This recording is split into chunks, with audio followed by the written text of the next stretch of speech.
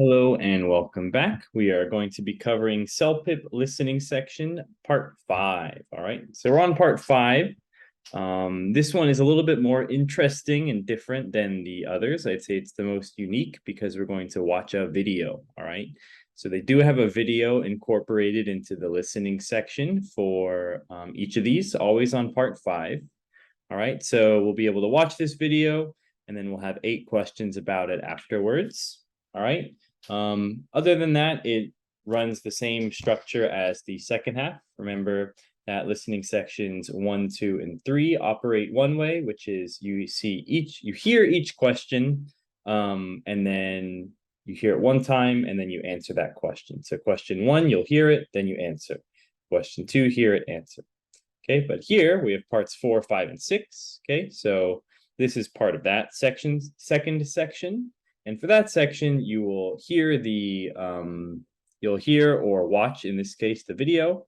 And then afterwards, you're given all of the questions and a certain amount of time to finish them. Okay, so let's go ahead and start and take a look.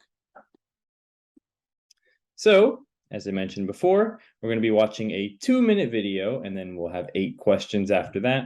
And obviously, we have to choose the best possible answer. Okay, so let's go ahead and see our prompt. Okay, we're always given a little prompt beforehand. It says, you will watch a discussion between 3 people at a cafe. They all belong to a conversation club where some members are improving their English and some are improving their French. Okay, good to know. So some are working on English, some are working on French. So here, if we notice, there are 3 people, right? So in terms of note taking, right, there's a few different ways that we can take notes.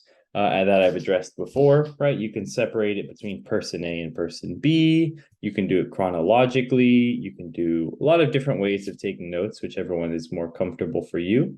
However, for this one, there are 3 people. I would recommend that you separate it by person A, person B, person C. That is a good way. However, for the computer and just the way that I'm going to be typing and doing these things, the annotation feature kind of makes it hard for me to do that, to label it in 3, because I have to unclick and reselect each one. So for the sake of this, I'll be taking notes chronologically, okay? So we can go ahead and take a look at the notes that I'll be taking. We'll analyze what is the main idea, what is the problem, what are the solutions, and then we'll also be able to address the questions after that. Okay, so again, I'll be taking notes chronologically, but for now, let me put at the top, we know that we're dealing with, we're at a cafe, it's a conversation club, and they're learning English and French. Okay, so I put that over here. Let's go ahead and begin.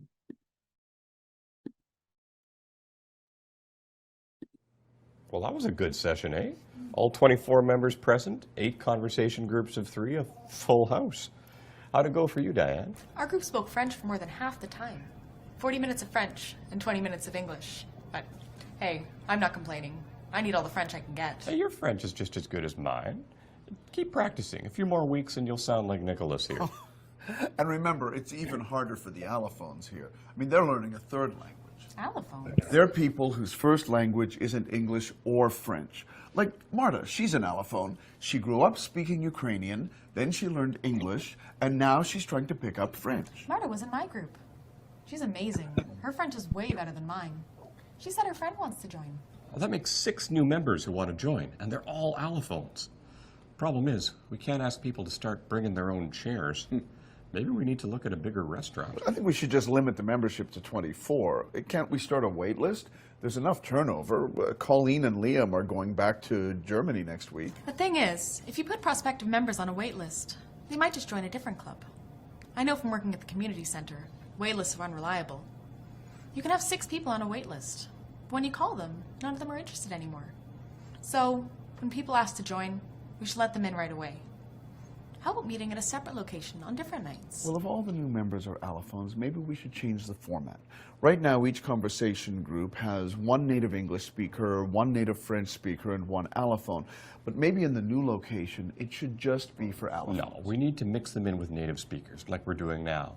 The allophones kind of inspire the others by their example, and they're great translators. For the next little while, we'll just have some groups with 3 and some groups with 4 until we get more native speakers in. We'll need to find a second location for a meetup on alternate nights. Some people can meet on Tuesdays and Saturdays. The new group could meet Wednesdays and Sundays.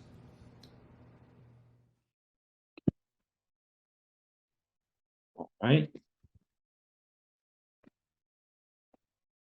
There we go. Okay, so quite intense, right? As you guys can see for this one. You got 3 people. It's a lot to keep up with and to take notes on. As you'll see here, right? I didn't get everything, for example. Just taking the notes as to what I can catch. Again, I am a native English speaker, and for me, it is challenging to take notes on all of it and keep it organized, even with typing. So just keep that in mind that it will be hard to organize, but it's kind of intentional, right? It's supposed to be how well can you just listen and digest the information as it comes, okay? So we have our notes. Let's go ahead and move on. Oh, first, before we do that, let's make sure we understand the main idea as well as the problem and the solution. So main idea, they're at a conversation club learning English and French, and they want to practice. Okay, so we have 3 different opinions on this, right? So the issue is there are new members coming in, right? So the main problem seems like there's new members, maybe the space is too small and they're not able to meet there. So they're trying to decide, okay, should we move locations? Should we only invite certain people, right? That's the dilemma. And basically the solution, there wasn't a really good solution in the end, but the guy in that kind of white and blue plaid shirt said that maybe what they could do is have the old group meet 2 days and the new group meet on the other days. So that's kind of what I got from it. Let's go ahead and check the questions, make sure that we are answering these correctly. All right, so here we are. What is the main topic being discussed? This is definitely a general idea question. So this is just testing whether you understood the entirety of the video. Okay, so we have the main topic is what to learn, where to meet, whether to grow, or whom to invite, right? So let's see, what to learn, not exactly, they still want to study the same language. Where to meet, that is part of the discussion, so I'm not going to rule that out completely. Whether to grow, they are also talking about that. That seems a little bit more correct, right? So they're talking about whether to limit members or not. So I got the 24 members and they have 6 new members. As you guys can take a look at my notes over here. Let me go ahead and highlight that. Right, we got 24 members. They're wondering if they should add new members. And it's all about limiting members, wait list. So I would say for me right now, I'm agreeing with the third one. So I'm going to put a check mark beside it. Oh, now I'm going to put a check mark beside it. All right, or whom to invite. Again, that's kind of addressed, but that doesn't seem like the main topic. So to me, if I'm left between these 2, I'm definitely going to decide whether to grow, which is the correct answer. Okay, so that is the correct answer.